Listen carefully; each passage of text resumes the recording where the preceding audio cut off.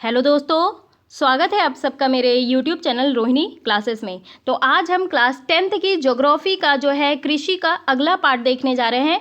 हमने जो है रबी, खरीफ, जायद की फसलों को देख लिया है। हमने विभिन्न प्रकार की खाद्यान्न फसलों को देख लिया है, ठीक है। और अब हम बात करेंगे ना प्रौद्योगिकी और संस्थागत सुधार के बारे में, ठीक है। तो चलिए बिना किसी देरी के स्टार्ट करते हैं। तो देखिए, प्रौद्योगिकी और संस्थागत सुधार, जैसा कि पहले ही बताया गया है कि भारत में ना कृषि जो है हजारों वर्षों से की जा रही है, आप सभी को पता है। लेकिन क्या है ना कि टेक्नोलॉजी और संस्थागत परिवर्तन के अभाव में ना लगातार भूमि संसाधन के प्रयोग से ना कृषि का विकास अवरुद्ध हो जाता है। अब ये देखिए कि अगर टेक्नोलॉजी का विकास नहीं होगा और संस्थागत परिवर्तन नहीं किए जाएंगे तो कृषि, जाहिर सी बात है, कृषि का विकास अवरुद्ध हो जाता है। और इसकी जो गति है, यानी कि प्रोडक्शन की जो मात्रा है, मात्रा से बहुत कम जो है उत्पादन होगा, ठीक है। यानी कि इसकी गति जो है मंद हो जाएगी। तो सिंचाई के साधनों का विकास होने के बाद ना जो है देश के एक बहुत बड़े भाग में अभी भी किसान खेती बाड़ी के लिए मानसून और भूमि की प्राकृतिक उर्वरता पर निर्भर है, ठीक है। आप सभी को पता है कि भारत जो है सबसे ज़्यादा जनसंख्या वाला, चीन के बाद दूसरे नंबर पे आता है उसका ठीक है। तो बढ़ती हुई जनसंख्या के लिए ये बहुत महत्वपूर्ण चुनौती है। अब आप ये देख लो कि 60% से भी अधिक लोग ना आजीविका प्रदान करने वाली कृषि में कुछ गंभीर तकनीकी और संस्थागत सुधार लाने की आवश्यकता है। स्वतंत्रता के बाद जो है देश में ना संस्थागत सुधार करने के लिए जोतों की चकबंदी, सहकारिता, जमींदारी, इन सबको समाप्त करने की प्राथमिकता दी गई। और अगर मैं बात करूं, प्रथम पंचवर्षीय योजना में भूमि सुधार जो है एक मुख्य लक्ष्य था। देखिए, जब हमारा देश स्वतंत्र हुआ ना तो उस समय बहुत उथल पुथल की स्थिति थी, आप सभी को पता है। उस समय पाकिस्तान भी अलग हो चुका था, ठीक है। तो स्वतंत्र भारत की ना सरकार का मुख्य ध्यान जो है था वो देश की भूमि वितरण करना था। यानी कि 1950 से 60 के दशक में ना भू स्वामित्व के कानून जो है विभिन्न राज्यों में अधिनियमित किए गए, जिन्हें जो है 1972 में केंद्र सरकार के निर्देश पर संशोधित किया गया। तो 1949 में ना जो संविधान के तहत राज्यों को भूमि सुधार अधिनियम के तहत जो है अधिकार प्रदान किए गए।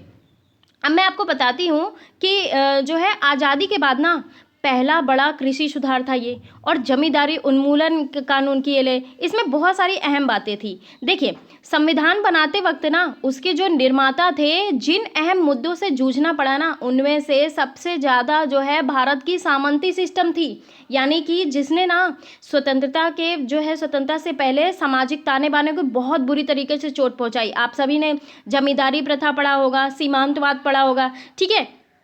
तो उस वक्त ना जमीन का मालिकाना हक जो होता था ना वो कुछ ही लोगों के पास होता था, जबकि बाकी सारे लोग जो होते थे उनकी ज़रूरतें भी नहीं पूरा हो पाती थी। तो इसी जो है ना इसी असमानता को ख़त्म करने के लिए सरकार ने कई भूमि सुधार जो है कानून ले आए, ठीक है। जिनमें से एक जो है जमींदारी उन्मूलन कानून 1950। देखिए, ये बहुत ऐतिहासिक कानून था। अगर मैं बात करूं 1947 के बाद की, तो 1947 के बाद हमारा देश आज़ाद हुआ और जमींदारी उन्मूलन कानून 1950 में ना भारत सरकार का ये प्रमुख कृषि सुधार था, ठीक है। जैसा कि आप सभी को पता है कि मुगल के शासनकाल में मुगलों ने ना जमींदारों को वंशानुगत स्थिति जो है सीमित कर दिया था। लेकिन इसके बाद आए अंग्रेज, तो अंग्रेजों ने ना उनका ओहदा बढ़ाते हुए उन्हें कई राज्यों के अधीनस्थ कर दिया, ठीक है। हालांकि क्या हुआ ना कि जमींदारी सिस्टम उन्मूलन जो प्रक्रिया है ना संविधान लागू होने से काफ़ी पहले ही हो गई थी। उत्तर प्रदेश, मध्य प्रदेश, बिहार, मद्रास, असम, बॉम्बे, ये सब में ना 1949 में जमींदारी उन्मूलन बिल जो है लेकर आए। देखिए, जब ये संविधान में पास हुआ ना तो उस वक्त जो है संविधान संपत्ति का आर्टिकल, आप सभी को पता है कि आर्टिकल जो है 31 के तहत मौलिक अधिकारों की सूची में आता था। लेकिन पहले संशोधन के तहत ना 1951 में सरकार ने मौलिक अधिकारों की सूची से संपत्ति को हटा दिया, और इससे ना सरकार के भूमि सुधार कानून को फायदा पहुंचा और जमींदारी सिस्टम को खत्म करने के लिए इसका बहुत बड़ा योगदान रहा, ठीक है। ये चीज़ आपको ध्यान रखना है। और क्या हुआ इसमें ये हुआ कि जो बधुआ मजदूरी होती थी ना, बधुआ मजदूरी जो जमींदारों के खेतों में काम करते थे, उनका शोषण करते थे, तो इस जमींदारी उन्मूलन कानून ने ना बेगारी या फिर कह लीजिए बधुआ मजदूरी को जो है कानूनन अपराध के दायरे में लाकर खड़ा कर दिया, ठीक है। चूंकि देखिए भूमि जो है राज्य का विषय है, ठीक है, और इसलिए ना ज़्यादातर राज्यों ने जमींदारों की भूमि का हिस्सा जो है ना खेती करने और उसे अपने पास रखने की इजाज़त दे दी। लेकिन जमींदारों ने ना इसका फ़ायदा उठाया और भूमि पर खुद खेती करनी शुरू कर दी।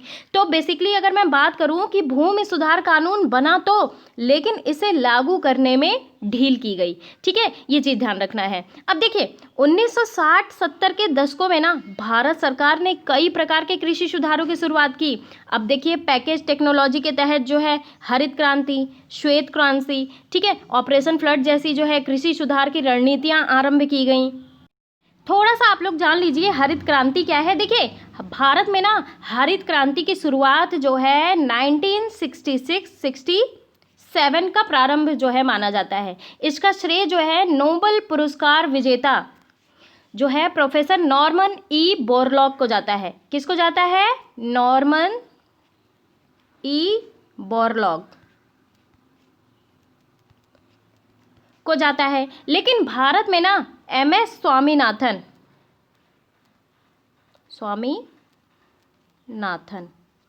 भारत में जो है एमएस स्वामीनाथन को इसका जनक माना जाता है। तो दो रेफरेंस में जो है क्वेश्चन पूछ सकता है कि हरित क्रांति लाने का श्रेय किसका है, ठीक है, ऐसे वो पूछेंगे तो नॉर्मन ई बोरलॉग, और भारत के रेफरेंस में पूछा जाएगा तो एमएस स्वामीनाथन, ठीक है।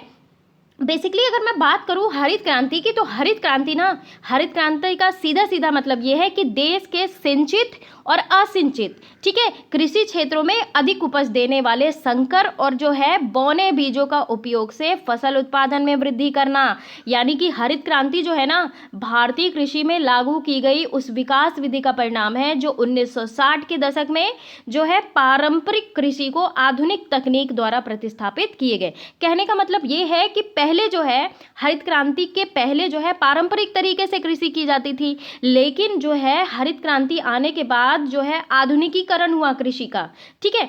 तो हरित क्रांति के परिणाम स्वरूप ना देश में कृषि जो है बहुत महत्वपूर्ण प्रगति हुई, ठीक है। कृषि तकनीकों में सुधार हुआ, रासायनिक उर्वरकों के प्रयोग हुए, उन्नतशील बीजों में वृद्धि हुई, ठीक है, सिंचाई सुविधाओं में जो है विकास हुआ, पौधों के संरक्षण प्राप्त हुआ, बहुफसलीय कार्यक्रम शुरू हुआ, आधुनिक कृषि यंत्रों का प्रयोग हुआ, ठीक है, कृषि सेवा केंद्रों की जो है स्थापना हुई, कृषि उद्योग नियम बनाए गए, विभिन्न निगम बनाए गए, मृदा का परीक्षण किया गया कि किस प्रकार जो है खेती के लिए मृदा का परीक्षण की किस प्रकार जो है अगर मृदा का परीक्षण करेंगे, अगर उसमें जो है अम्लीयता ज़्यादा होगी या फिर क्षारीयता ज़्यादा होगी तो उसको रेमेडी भी किया जाएगा, ठीक है। भूमि संरक्षण, कृषि शिक्षा और अनुसंधान, ठीक है, कृषि उत्पादन में सुधार, ये सारी चीज़ें ना हरित क्रांति में इंक्लूडेड थी। और इसीलिए ना हरित क्रांति जब आया देश में तो उस साल ना गेहूं में मतलब अनएक्सपेक्टेड जो है वृद्धि हुई, ठीक है, गेहूं के उत्पादन में, ठीक है, ये चीज़ आपको ध्यान रखना है।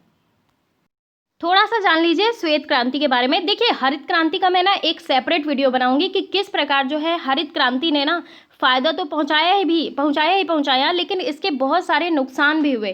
तो इसका मैं एक सेपरेट वीडियो बनाऊंगी। अभी मैंने थोड़ा सा आपको जो है थोड़ा सा डेटा बताने के लिए जो बता दिया कि हरित क्रांति लाने का श्रेय किसको जाता है, क्या हुआ हरित क्रांति में, ठीक है। इसी प्रकार हम श्वेत क्रांति के बारे में अगर बात करें तो भारत में ध्यान रखेंगे, भारत में ना श्वेत क्रांति के जनक डॉक्टर वर्गीज कुरियन, ठीक है। एग्जाम में पूछा जाएगा कि भारत में श्वेत क्रांति लाने का श्रेय किसको जाता है, तो ये जाता है डॉक्टर वर्गीज कुरियन, जिन्हें जो है श्वेत क्रांति का जनक कहा जाता है। देखिए वर्गीज कुरियन ने ना दूध की कमी से जूझने वाले देश को दुनिया का सबसे ज़्यादा दूध उत्पादन करने वाला देश जो है बनाने में ना अहम भूमिका निभाई। देखिए इनका जन्म बेसिकली अगर मैं बात करूँ तो केरल के कोझिकोड में हुआ। श्वेत क्रांति के जनक वर्गीज कुरियन, ठीक है। तो जो है इन्होंने ना दूध की कमी से जूझने वाले देश को, देखिए उन्होंने ना भारत के, ध्यान रखेंगे, ऑपरेशन फ्लड यानी कि श्वेत क्रांति का जनक कहा जाता है, ठीक है। तो वर्गीज कुरियन के जो है चलते ना ये ऑपरेशन फ्लड जो है आया, ठीक है, सबसे बड़ा जो है दूध उत्पादक देश बना। अब आपको एक बात और बता दूं कि भारत का जो ऑपरेशन फ्लड है ना दुनिया का सबसे बड़ा डेयरी डेवलपमेंट प्रोग्राम था, जिससे जो है भारत में दूध उत्पादन को बढ़ावा मिला। ये चीज़ आपको ध्यान रखना है। आगे बढ़ते हैं। देखिए ऐसे देखिए हरित क्रांति और श्वेत क्रांति जैसी कृषि सुधार के लिए कुछ रणनीतियां आरंभ की गई थी, लेकिन क्या है ना कि इसके कारण विकास कुछ ही क्षेत्रों तक सीमित हो गया हुआ। देखिए अगर मैं हरित क्रांति की बात करूँ तो जो है गेहूं और चावल की जो है पैदावार ज़्यादा हुई, दुग्ध क्रांति हुई तो दूध की जो है प्रोडक्शन जो है बढ़ा, लेकिन बाकी क्षेत्रों का क्या, वो तो क्षेत्र सीमित ही है ना। और इसीलिए ना 1980 1990 के दशकों में व्यापक भूमि विकास कार्यक्रम शुरू किया गया। अब इसमें क्या था, जो कि है ना संस्थागत और की सुधार पर आधारित था। यानी कि इस दिशा में ना उठाए गए कुछ महत्वपूर्ण कदम, जैसे देखिए सूखा, बाढ़, चक्रवात, आग, बीमारी के लिए जो है फसल बीमा का प्रावधान, किसानों को कम दर पर ऋण सुविधाएं प्रदान करने के लिए ग्रामीण बैंकों, सहकारी समितियों और बैंकों की स्थापना सम्मिलित है। ठीक है, तो किसानों के लाभ के लिए ना भारत सरकार ने किसान क्रेडिट कार्ड और व्यक्तिगत दुर्घटना बीमा योजना शुरू की। देखिए किसान क्रेडिट कार्ड जो है ना, ये योजना जो है, इस योजना की शुरुआत हुई थी 1998 में, यानी कि 1998 में उस समय वित्त मंत्री थे यशवंत सिन्हा, उन्होंने शुरुआत की। इससे ना किसानों को कर्जा मिल रहा, ठीक है, और उसकी ब्याज दर कम होती है और जिसकी वजह से किसान जो है आसानी से कर ले सकता है और वह सरकार की तरफ से होता है। और इसीलिए ना किसान क्रेडिट कार्ड जो है सुविधा सबसे अच्छी सुविधा है और इसमें किसानों को ना 50,000 से लेके 3 लाख तक का कर्ज दिया जाता है और जिसके ब्याज दर जो है 6 माह तक 4% और 1 साल के लिए जो है 7% होती है, जो कि किसानों के लिए बहुत अच्छी है। अब देखिए इस किसान क्रेडिट कार्ड की वजह से ना किसान जो है अपनी फसल की बीमा भी करवा सकता है और जिस जो है किसी भी कारण अपनी फसल नष्ट होने पर उसको मुआवजा भी दिया जाता है। ठीक है, जैसे देखिए बाढ़ की स्थिति में अगर फसल डूब कर नष्ट हो जाती है या फिर सूखा पड़ने के कारण फसल जल जाती है ना, इन सब सुविधाओं में जो है किसान क्रेडिट कार्ड जो है बहुत ज़्यादा काम आता है और इस वजह से किसान जो है लाभ उठा सकते हैं।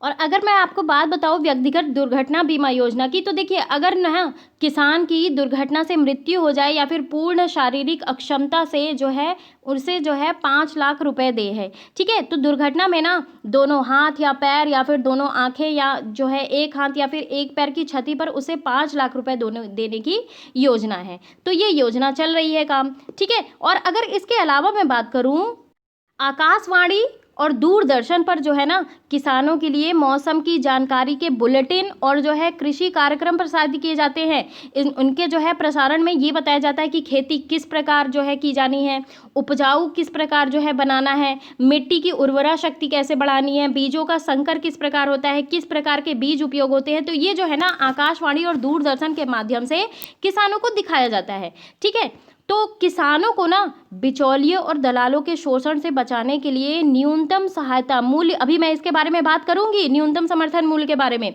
और कुछ महत्वपूर्ण फसलों के लाभदायक खरीद मूल्यों की जो है सरकार घोषणा करती है। देखिए अगर मैं बात करूं न्यूनतम समर्थन मूल्य की, तो सबसे पहले जान लीजिए ये है क्या। देखिए न्यूनतम से मतलब कमतर, ठीक है, समर्थन मूल्य ऐसा न्यूनतम मूल्य होता है जिस पर सरकार जो है ना किसान द्वारा बेचे जाने वाले अनाज की पूरी मात्रा जो है खरीदने के लिए तैयार रहती है। ठीक है, यानी कि जब बाजार में ना कृषि उत्पादों का मूल्य गिर रहा हो ना, तब सरकार जो है किसानों से न्यूनतम समर्थन मूल्य पर कृषि उत्पादों को खरीद कर उनके हितों की रक्षा करती है। सरकार जो है ना न्यूनतम समर्थन मूल्य की घोषणा जो है फसल बोने से पहले होती है। ये भी चीज़ ध्यान रखेंगे, एग्जाम में पूछा जाएगा कि एमएसपी का निर्धारण जो है कब होता है, तो फसल बोने के पहले। न्यूनतम समर्थन मूल्य की घोषणा ना सरकार द्वारा जो है कृषि की लागत और मूल्य आयोग की संस्तुति में वर्ष में 2 बार, यानी कि जब रबी की फसल होती है और जब खरीफ की फसल बोई जाती है उसके पहले की जाती है। ठीक है, ये चीज़ ध्यान रखना है। अब देखिए बेसिकली अगर मैं बात करूं कि न्यूनतम समर्थन मूल्य का ऑब्जेक्टिव क्या है, उद्देश्य क्या है, देखिए इसके उद्देश्य की अगर मैं बात करूं तो इसका मुख्य उद्देश्य ना किसानों को बिचौलिए के शोषण से बचा करना, उसकी उपज का अच्छा मूल्य प्रदान करना और पीडीएस सिस्टम के तहत जो है यानी कि सार्वजनिक वितरण प्रणाली के लिए अनाज की खरीद करना। आप सभी को पता है कि जो भी बिलो द पॉवर्टी लाइन होते हैं उनको जो है सार्वजनिक वितरण प्रणाली के तहत अनाज दिया जाता है। ठीक है, यदि किसी फसल का ना बम्पर उत्पादन होने पर, यानी कि उम्मीद से ज़्यादा उत्पादन होने पर, या बाजार में उसकी अधिकता होने के कारण उसकी कीमत जो है घोषित मूल्य की तुलना में कम होती है ना, तो सरकारी एजेंसियां जो होती हैं किसानों की अधिकांश फसल को न्यूनतम समर्थन मूल्य पर खरीद लेती है। ठीक है। अच्छा, इसके ना प्रमुख मुद्दे उद्घोषित हुए हैं, इनके बारे में भी मैं बात करती हूँ। सबसे पहले मुद्दे की अगर मैं बात करूँ तो ये जो न्यूनतम समर्थन मूल्य है ना, इसकी अवधारणा ने बाजार को विकृत कर दिया है। यानी कि ये जो है धान और गेहूं के लिए प्रभावी है, बाकी अन्य फसलों का क्या है ना, तो बाकी अन्य फसलों के लिए क्या है, ये बात एक संकेत मात्र है। तो एमएसपी जो है ना, एमएसपी यानी कि मिनिमम सपोर्ट प्राइस, ठीक है, इस इंग्लिश में कहते हैं न्यूनतम समर्थन मूल्य को। ठीक है। तो एमएसपी जो है ना, एमएसपी को बाजार की गतिशीलता के साथ जोड़ने के लिए बजाय ना किसानों के हितों के अनुरूप बढ़ाने की कीमत की निर्धारण जो प्रणाली है वो विकृत हो रही है, यानी कि कम हो रही है। और इसलिए ना अगर मैं बात करूँ गेहूँ और चावल का, तो एमएसपी आपने निर्धारण कर दिया, लेकिन बाकी उपजों का क्या। अब देखिए, इसीलिए जब सोयाबीन की एमएसपी बढ़ती है ना, तब बाजार की कीमतों में बढ़ोतरी होगी, भले ही फसल अच्छी हो, क्योंकि एमएसपी जो है एक बेंचमार्क तय करती है ना, यानी कि एमएसपी जो है एक उचित बाजार मूल्य बनाने की बजाय आय निर्धारित करने वाली बन जाती है, और इसका ना बहुत बड़ा योगदान है मुद्रास्फीति में। ठीक है। आगे जो है हम मुद्रास्फीति के बारे में भी बात करेंगे। दूसरी चीज देखिए, एमएसपी जो है ना विभिन्न वर्गों के बीच जो है अंतर नहीं करता, बल्कि यह जो है एक औसत उचित गुणवत्ता को संदर्भित करता है, यानी कि उच्च गुणवत्ता की फसल को जो है आधार मूल्य पर बिक्री के लिए बाध्य करने किसानों और व्यापारियों दोनों की स्थिति जैसी हो जाती है। ठीक है। तीसरी चीज, धान और गेहूं के लिए खरीद तय की गई है जो सीधे पीडीएस से जुड़ी हुई है, और एक के पीछे जो है एक व्यवस्था अच्छी तरीके से काम करती है, लेकिन कुछ विशिष्ट फसलों तक तो ये सीमित हो जाती है ना, ये चीज़ है। ठीक है। चौथी चीज़, थोक व्यापारी और फुटकर विक्रेता जो होते हैं, इनके द्वारा जमा की जाने वाली राशि को प्रतिबंधित करने के लिए ना आवश्यक वस्तु जो है अधिनियम को किसी भी समय लागू किया जाता है, ये चीज़ गलत है। ठीक है। पांचवी चीज़ की अगर मैं बात करूं तो कृषि उत्पादों के लिए हमारी व्यापार नीति भी विकृत है। अब जैसे देखिए, जब अन्न का निर्यात पर प्रतिबंध लगा रहता है, तब फसल उत्पादन में कमी के समय जो है अन्न की कमी पहचान करने और जो है बोली प्रक्रिया के माध्यम से आयात करने में अधिक समय लग जाता है। ठीक है। कृषि से जुड़े ना जोखिम बहुत है, और इसीलिए आपको जो है ना कई किसान जो है बर्बाद होते हुए, कई किसान अपनी आत्महत्या कर लेते हैं, तो बहुत जोखिम भरा व्यवसाय माना जाता है कृषि को। आप सभी को पता है कि हमारे यहाँ जो है कृषि का सिस्टम जो है मानसून पे डिपेंडेंट है पूरी तरीके से, तो किसानों को ना फसलों के बोने से लेकर उसके उत्पादों के लिए बाजार खोजने का जोखिम उठाना पड़ता है। ठीक है। भारत में ना कृषि में जोखिम फसल उत्पादन, मौसम की अनिश्चितता, फसल की कीमत, ऋण और नीतिगत फैसलों से जुड़े हुए हैं, जबकि कीमतों में ना जोखिम का मुख्य कारण जो है पारिश्रमिक लागत से भी कम आए, यानी कि बाजार की अनुपस्थिति और बिचौलियों द्वारा अत्यधिक मुनाफा कमाना है। ठीक है। अब देखिए, आज भी अगर मैं बात करूं, चाहे जितनी टेक्नोलॉजी विकसित हो गई, लेकिन किसान की स्थिति वही बनी हुई है, क्योंकि ये बिचौलिए और जो है आगे आने वाले जो है कस्टमर जो है वो फ़ायदा कमा लेते हैं, किसानों को तो कुछ नहीं मिलता। अब आप ये देखो, जब प्याज की कीमत 100 से 120 रुपये किलो बढ़ी थी, तो किसान तब भी जो है 10-20 रुपये एक किलो में जो है वो प्याज बेच रहे थे, है ना। तो किसानों को कहाँ फ़ायदा हुआ, किसानों को तो कोई फ़ायदा नहीं हुआ। बाजार की अकुशलता और जो है किसानों के उत्पाद की विनाशशीलता की प्रकृति जो है ना, उत्पादन को बनाए रखने में उनकी असमर्थता, यानी कि कमी के परिदृश्य से बचाव और घाटे के खिलाफ ना बीमे में बहुत कम लचीलेपन के कारण कीमतें जो है बहुत जोखिम भरी होती है। ठीक है, ये चीज़ है। और इसके जो है समस्या से ना निजात के लिए सरकार को उपाय करना चाहिए, कर भी रही है, लेकिन उसका इम्प्लीमेंटेशन सही तरीके से नहीं हो रहा है, तो फिर कैसे चलेगा, है ना। अब आइए बात करते हैं भूदान ग्रामदान। भूदान आंदोलन में विनोबा भावे का नाम बहुत इंपॉर्टेंट है, एग्जाम में पूछा भी जाता है कि भूदान आंदोलन जो है किसने किया, तो इन्होंने किया विनोबा भावे ने। ठीक है। तो महात्मा गांधी ने विनोबा भावे, जिन्होंने जो है इसके सत्याग्रह में सबसे निष्ठावान सत्याग्रही की जो है भाग लिया, को अपना आध्यात्मिक उत्तराधिकारी घोषित किया था। उनकी गांधी जी के जो है ग्राम स्वराज अवधारणा में भी गहरी आस्था थी। गांधी जी की शहादत के बाद ना उनकी उनके संदेश को लोगों तक पहुंचाने के लिए विनोबा भावे ने लगभग पूरे देश में पद यात्रा की, यानी कि पैदल यात्रा की।